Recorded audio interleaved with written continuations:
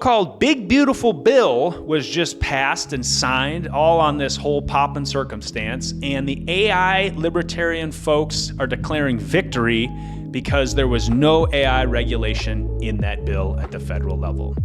But the problem is now that actually opens the door for states to pass AI laws, which makes it way more complicated because now you've got 50 laws to follow instead of one law to follow. Today we're talking AI regulation at the federal versus state level. My name is Alex Mead, and this is the AI Report. A bunch of my libertarian friends are declaring victory because there was no AI provisions in the so-called Big Beautiful Bill that was passed last week.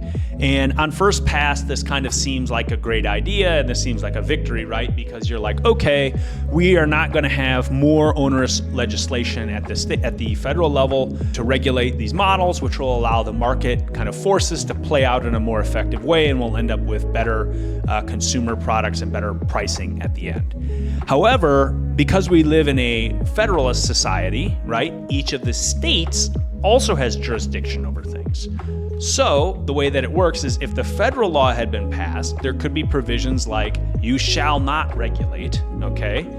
Or you shall regulate, right? These kind of bright line rules. And then the state law would automatically be trumped by the federal law. But because none of that has been included, we are now in a situation where every state can potentially pass their own rules. Even every county or any city in the state could pass its own rules.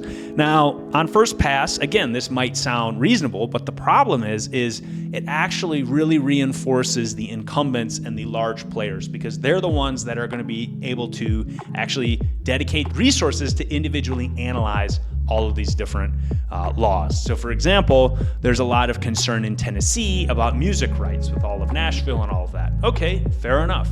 Well, in Texas, there's been this big push around child safety and so on for all these different states. And what's gonna end up happening is it's gonna be an incredibly complicated patchwork of regulations that in the end makes this actually a much harder environment to develop AI within the United States than an easier one. So this is a little bit of a catch-22 in terms of we would normally like to have less regulation in industries at the federal level so you can actually develop things quicker, but perhaps this is an example where more federal regulation actually would have been more freeing for the actual industry itself. So what are your thoughts? Do you want to have one large federal law that counterproductively or counterintuitively actually makes us more free? Or do you want to live in a patchwork of 50 states and 50 regulations where you're working on something in Texas and the government of Tennessee sues you because you violated their rules, which are slightly different than the ones in Texas? I would rather have a single unified plan, but I want to hear what you have to say. So please drop your thoughts down in the comments below and look forward to engaging with you. My name is Alex Mead. This is the AI Report, and I will see you next time.